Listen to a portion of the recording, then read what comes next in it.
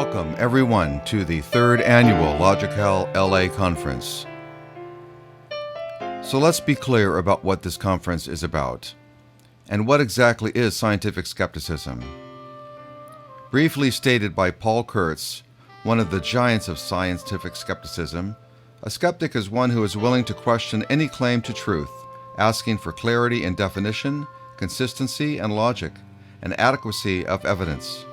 The use of skepticism is thus an essential part of objective scientific inquiry and the search for reliable knowledge. Carl Sagan said, "Science is a way of skeptically interrogating the universe with a fine understanding of human fallibility.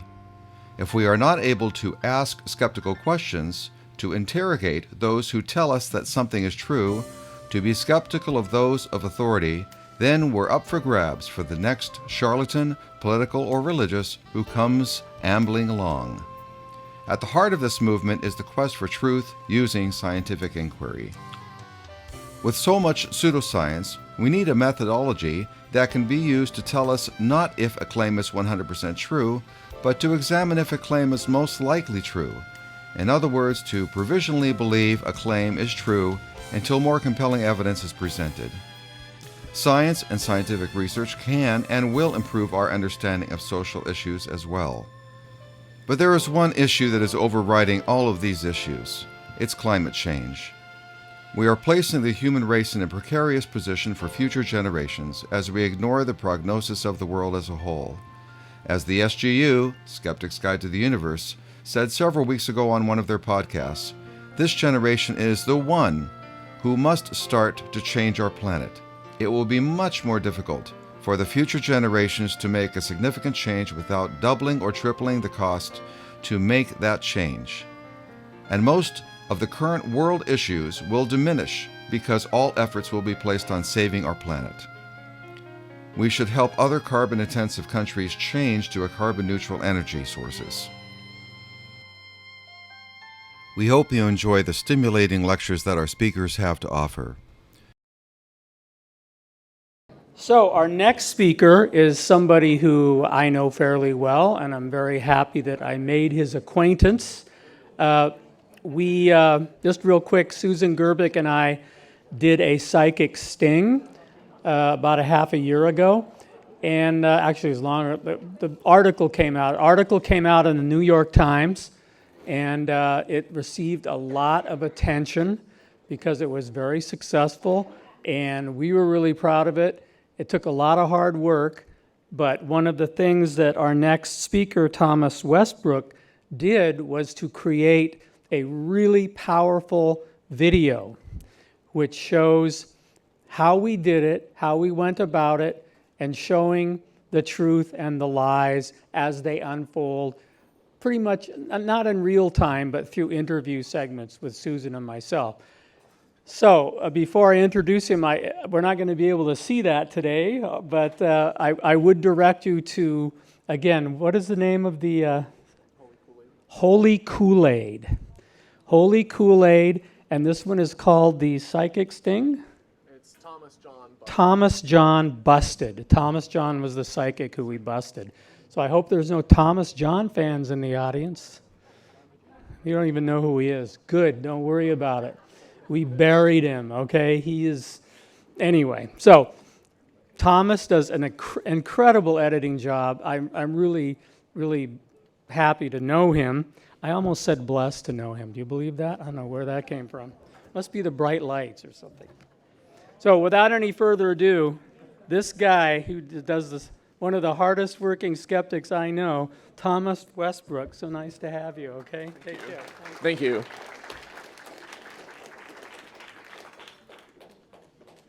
So I take it I use the arrow keys to progress. All right, wonderful. What's up, skeptics? Thomas Westbrook here. I am a full-time science communicator, and I debunk psychics for a living. So to start off my presentation, I'm going to start by performing a psychic show. Can I get one person to come up to the stage real quick? Just one person from the front to help me out as a volunteer. You're going to hand out 3 of these to random members of the audience, and I will not look and see who they are.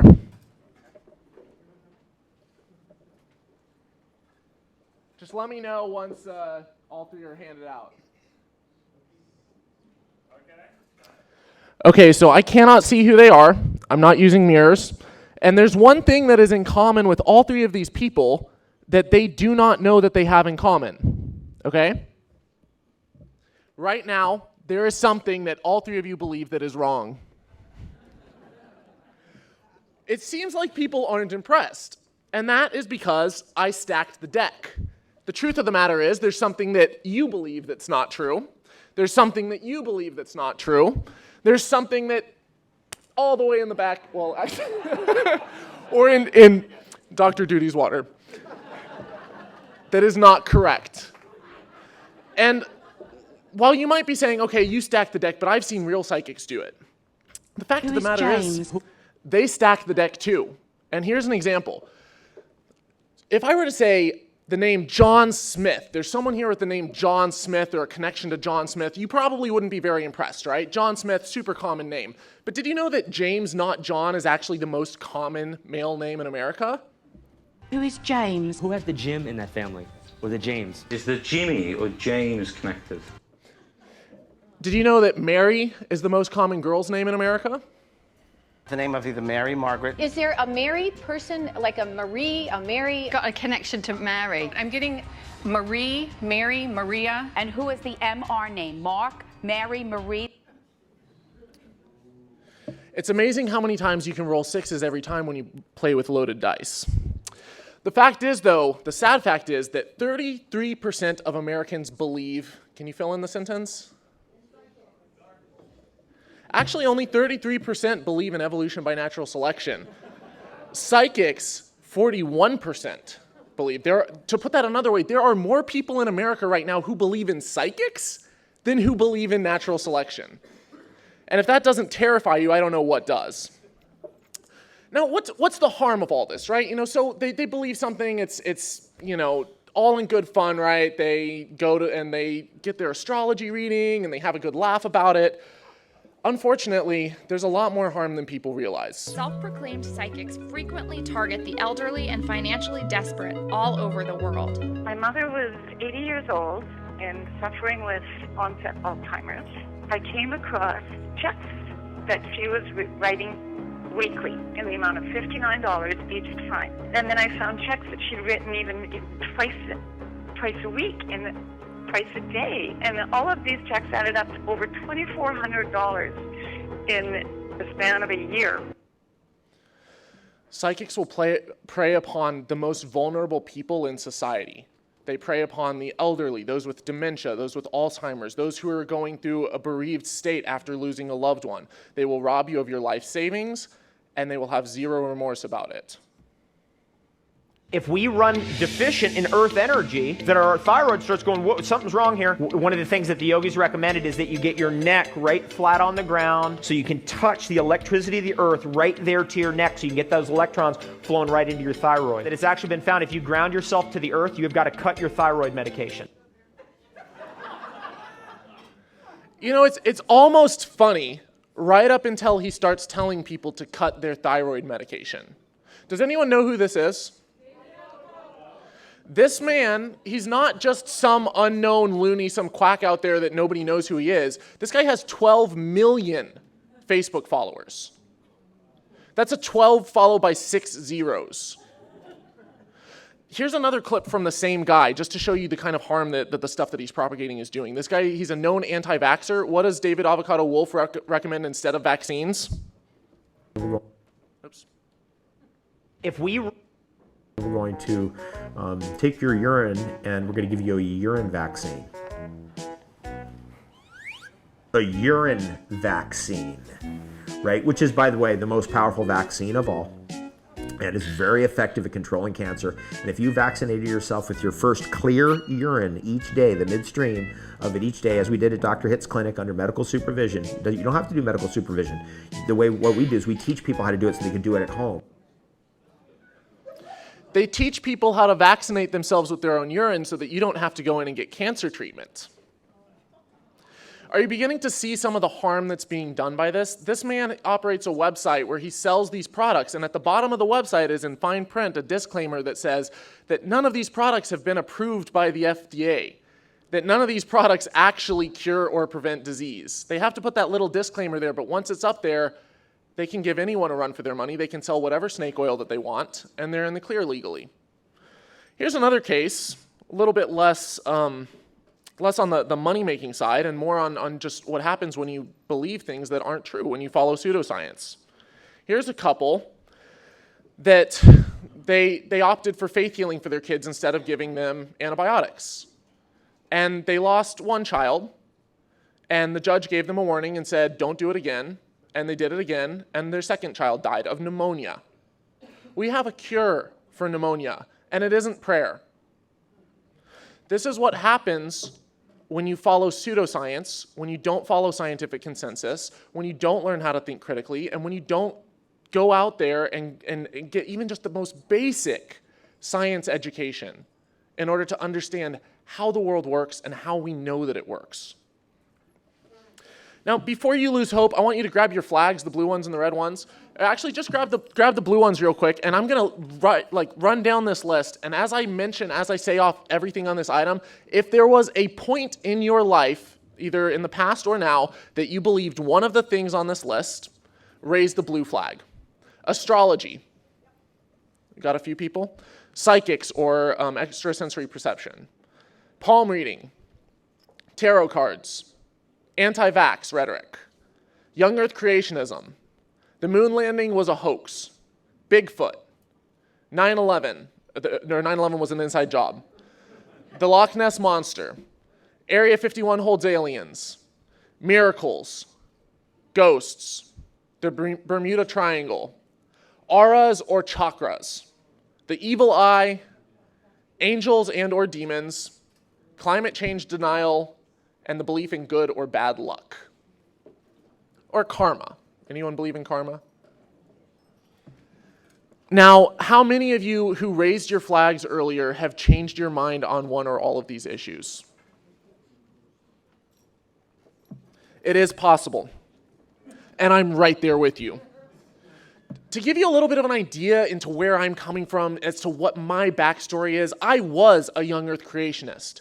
I was born in the US, but I went at the age of 3 to a Muslim country in the former Soviet Union, where my parents taught me in a homeschooled environment that the earth was created in 6 days, that it is 6,000 years old, and that miracles are real, demons and angels are real, that God actually answers prayer and you can heal people. Speaking in tongues was legit, that's the language of angels that you're speaking, that God is just pouring his spirit into you. And I believed in pretty much everything in the Bible literally. It wasn't until I went to college and I really started digging deep and diving into this stuff and exploring it with the understanding that truth withstands scrutiny. That if something is true, that no matter how much you scrutinize it, it's not going to change the fact that it's true. And if it's not true, we shouldn't be afraid to scrutinize it, because then we can figure out that we believed something that was wrong. And now we're better equipped to deal with the real world around us. It wasn't until I went through that process that I was finally able to re-examine my positions and critically examine them and come out on the other side a little bit closer to the truth. When I was in college, freshman year, I stumbled across YouTube, which was relatively new at the time. And there was a series of videos where, after a little while on YouTube, have any of you ended up on the weird side of YouTube, where you just end down that rabbit hole and it starts recommending stranger and stranger videos? I ended up with one that was trying to convince me that aliens are held at Area 51, which actually, if you're not aware of right now, there's a Facebook group that is planning to storm Area 51 in September because they can't stop all of us. And we want to see where those aliens are at. So I believed this, and I was trying to convince my roommate that there's actual footage of real aliens on YouTube. And I showed him the clips, and he just started laughing his ass off. And I was like, what? No, look, it's real, it's legit. And he's like, dude, that's from the movie Signs. Somebody had taken a clip from the movie Signs and edited it with little overlays to make it look like it was news footage. And they showed it up as, oh, hey, the aliens are among us, and this is what the government doesn't want you to know. And instantly, I have never turned so quickly from a belief that I held in my life than when I'm standing there with my roommates in the room, laughing and mocking me with egg on my face, realizing that I just made one of the biggest intellectual blunders of my early college career. And I changed my mind. So that is my story about aliens and Jesus. For those who can't read it, it says that alien Jesus died for the sins of aliens, and we need to give church money to NASA so that we can send missionaries to tell them about it.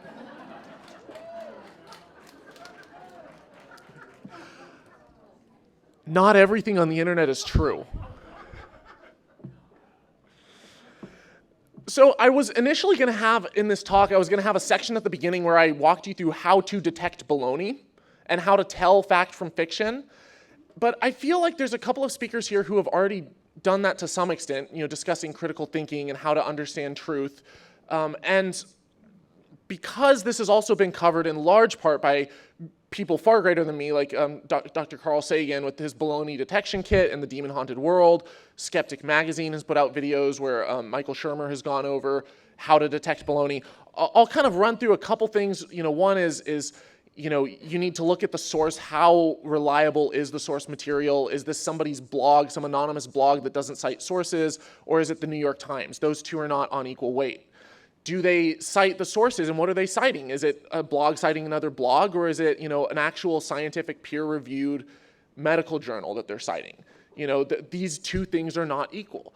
There's questions that you think, just is this how the world works? Based off of everything around you that do you have to rely on some grand conspiracy and rely on all these assumptions? Or can you cut through the crap and use Occam's razor to try to figure out which two hypotheses actually make fewer assumptions? There's lots of tools like this, and you can go online and you can look up, how to think critically. You can look up the baloney detection kit. You can read the Demon Haunted World. But for the majority of this talk, because I'm speaking to a room full of science lovers, skeptics, intellectuals, PhDs, most of this you already know. So for the rest of my time, I want to focus on how to actually communicate science to the general public. And I realize that I'm doing this as someone who I have skills with animation, and I do make videos.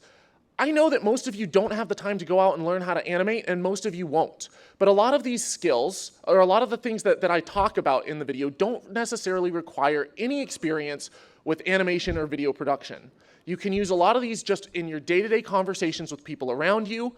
If you write and you put up blogs or something, you can use these in those settings. You can use them in podcasts. No matter how you communicate with the general public, these are some tools that I think may help you to effectively communicate science to the public. First of all, how can we change people's minds? There's two different ways that we can communicate with, or that I want to cover. One is how to psychologically connect with people, and the other is how to communicate effectively. And they're kind of two sides to the same coin, but essentially, one is how do we make them like you to connect with them on a psychological level, and the other is how do we make them understand you? How do we get our points across in a way that people can actually wrap their heads around? First, I'll focus on the left side. How many of you have read the book, How to Win Friends and Influence People? How many of you, upon reading the book, thought, oh, come on, that's like the most common sense book ever. It's just like how to not be a dick to people. Now, the thing is, whenever someone recommends this book and anyone counters with that and says, oh, well, that book's so common sense and you don't understand, this is so obvious and stuff.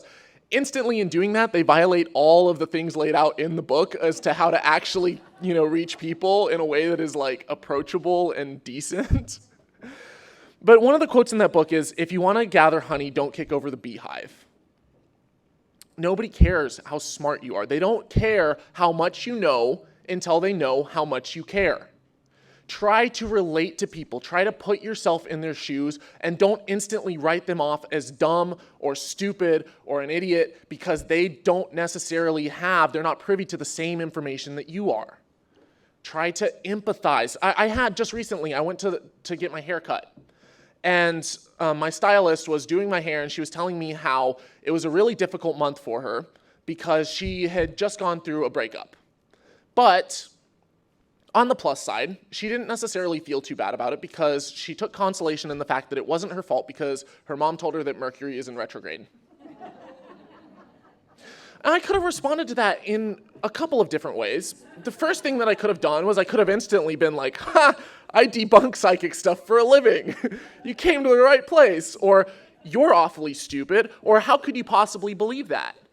Do you think that any of those methods would have been, endearing to her, or would have won her over to my side? Do you think that I would have been able to change her mind?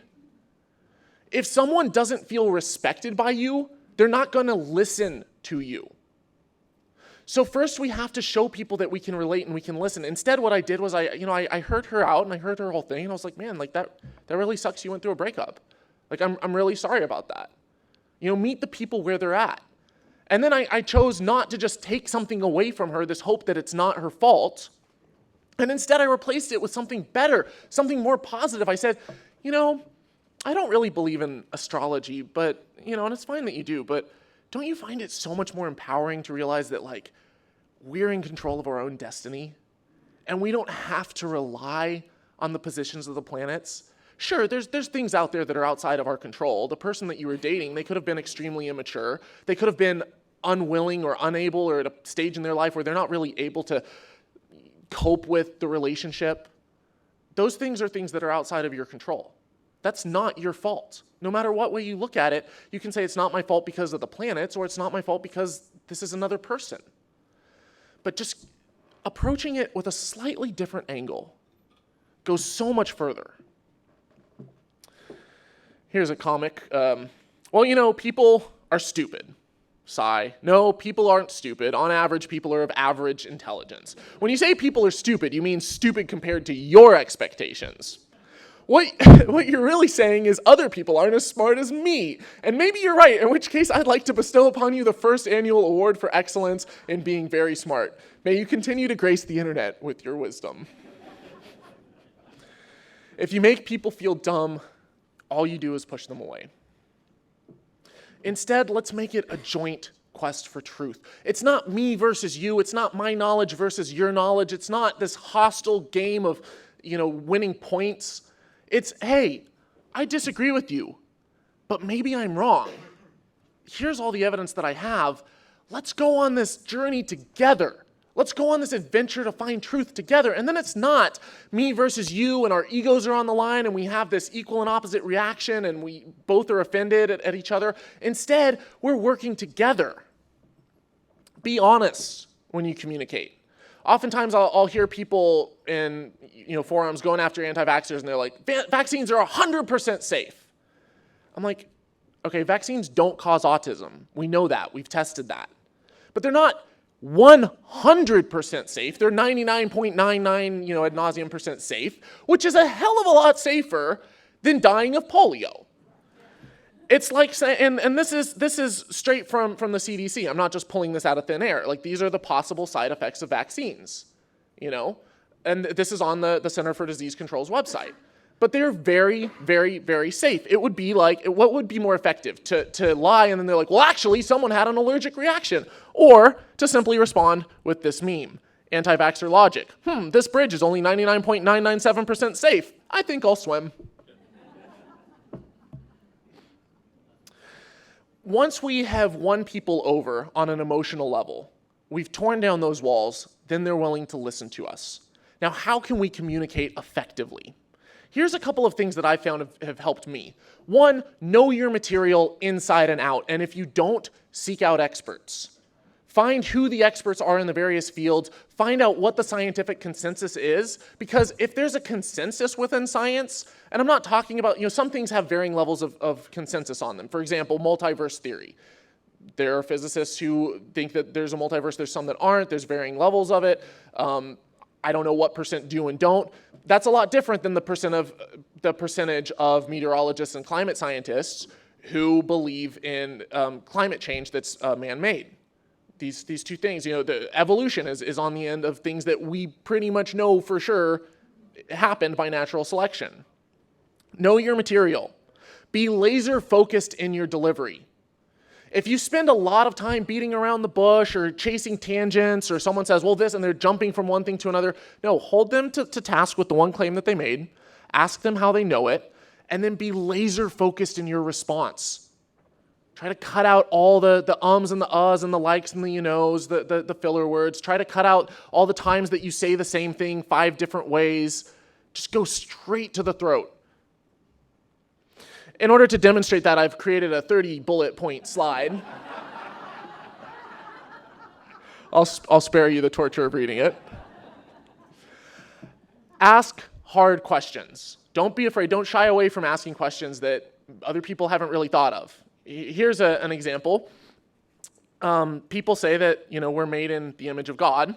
And why are people made of meat? Why did God make us edible? If we're given dominion over the world and we're supposed to fill the earth and subdue it, then why are we walking meat sacks? If God exists, he is clearly the greatest troll alive. Tells man to rule over the animal kingdom and makes him out of animal food. This would be the equivalent of telling a sentient gummy bear to watch a daycare.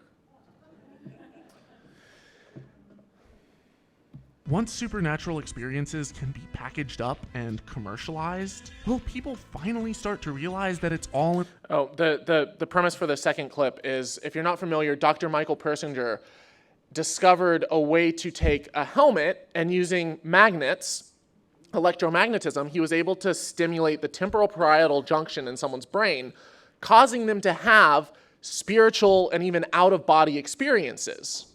So you're having this spiritual experience that's stimulated naturally. And so the question is, they're looking at incorporating that into the use in games. And once they do that, once supernatural experiences can be packaged up and commercialized, will people finally start to realize that it's all in their heads? Or are they going to start worshiping the God Plumber Mario? Will they start worshiping Mario? Follow arguments to their logical conclusion. Sometimes this is referred to as reductio ad absurdum. So if you follow the logic of it all the way to its extreme end, does it make sense? Mankind is made in the image of God. People are made of meat. Therefore, silent breed is God.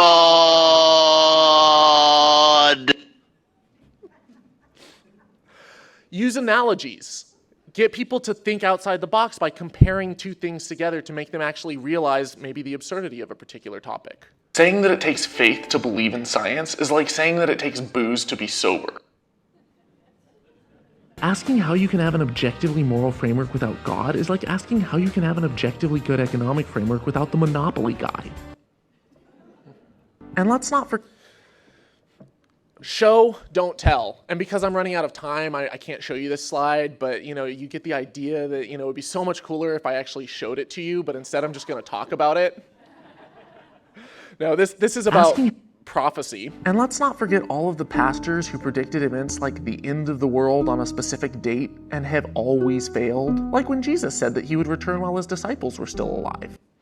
So as I'm talking about failed prophecies, I have this endless scrolling list of dozens and dozens and dozens and dozens of failed prophecies. That's far more effective than simply saying, hey, some prophecies have failed sometime.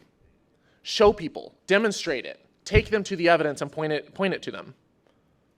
And most importantly, have fun with it. This is my biggest frustration with science communication. Oftentimes, you'll see people who have experience in a topic, they have expertise, they know it inside and out, and yet the presentation is stale. How many of you have sat through a college class of a topic that you were more than delighted to sit through, and then all of a sudden you realize that the professor was boring? If we're able to take a topic that we love, let's show that we love it. Let's actually have fun with it. Let's enjoy the process of exploring these topics. Let's make it a delight, not just for others, but for ourselves. If I try not to put out a video that I wouldn't enjoy watching myself, put out something that you think that others would enjoy too. Here's an example of that. So Nostradamus, he made a lot of prophecies, right? So I'm like, okay, how can I demonstrate that you can literally predict anything with Nostradamus? I'm like, okay, what is the furthest thing from Nostradamus? Kim Kardashian And specifically, she went viral on the internet for, having a large rear section. And so I was like, okay, I'm just going to sift through the quatrains of Nostradamus and see if I can find one that predicted that, right?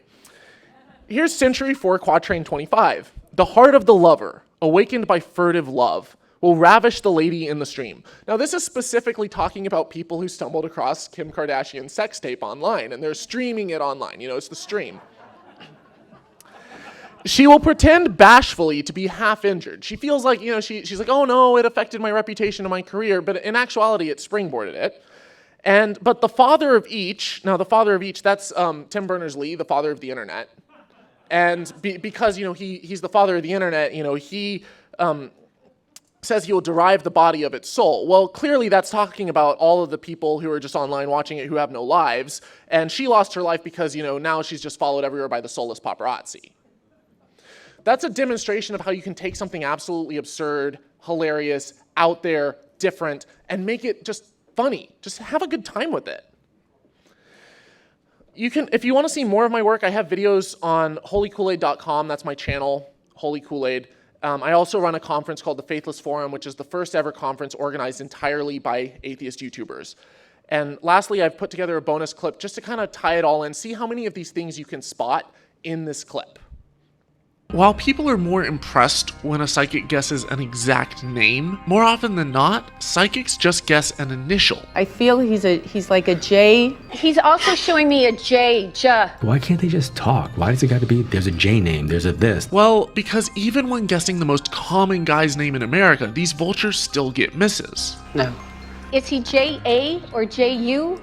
Or is he not John or I don't know the name. Jerry, Jeffrey? Jez. Okay, close enough. I don't know that I get that. No. Because with a James. If they go from James to a J-sounding name, then they can radically increase their odds. But sometimes even that fails. Or J. Is it J sounding? Or G, it could be G. Is her sister Jerry? Bingo. Throw in a J-sounding G name like George, Gerald, etc. And they even further increase their odds. They tell me to talk about the J or G name like Jack or James. They tell me to talk about the J or G connection. There's a J or G name that they want me to highlight. Is there a J or G in that name like Marjorie? Is that where like the J or G like George or Jerry comes up? Where's the J or G name? Are you the J or G sounding name like Janie or Joni? Who is the J name? It's a J or G. Giovanni, but we call him Johnny. Jim? Judith? My name's Jade. Because it would be too time-consuming to examine every name in America, let's look at the top 200 names in the US over the last 100 years according to the Social Security Administration. 38 of the top 200 names in America start with J or G. That's 19%. To keep the math simple, we'll say 1 in 5. That doesn't seem like that high of a number, but think of it this way. Here's an example of a pretty small family tree. Only counting close relatives like grandparents, parents, uncles, aunts, siblings, nephews, nieces, and cousins, there are already 20 people here. If you're married, you can double that number with in-laws. But I don't want people to accuse me of exaggerating, so I'll lowball the estimate. Now take that 1 in 5 statistic. Odds are that about 4 people in this family of 20 will have a J or a G name. Assuming that no one in the audience is married or has a massive family, then in an audience of about 250 people, there will be approximately 1,000 J or G name family members represented. Now, most people who go to these types of readings go to connect with one or multiple lost family members, meaning that there's probably at least 250 deceased people represented by this audience. If 1 in 5 of those 250 have J or G names, then that's 50 deceased people with J or G names represented in an audience this size. And remember, that's on the low end, assuming everyone has a small family and isn't married. But most people in these audiences are older, probably have larger families, and have probably married at least once, so that number is almost definitely much higher. So I didn't really have a lot of analogies in that clip, but I tried to keep it laser focused. I tried to show and not tell, actually take clips of people doing this stuff, show the tactics and the methods that they use, and lay it out for people to see. On that note, when you are going out to communicate with the public, think of ways that you can condense it down, make it laser focused, come up with analogies, reach people where they're at, empathize, connect with them, and most importantly, have fun with it. Thank you very much.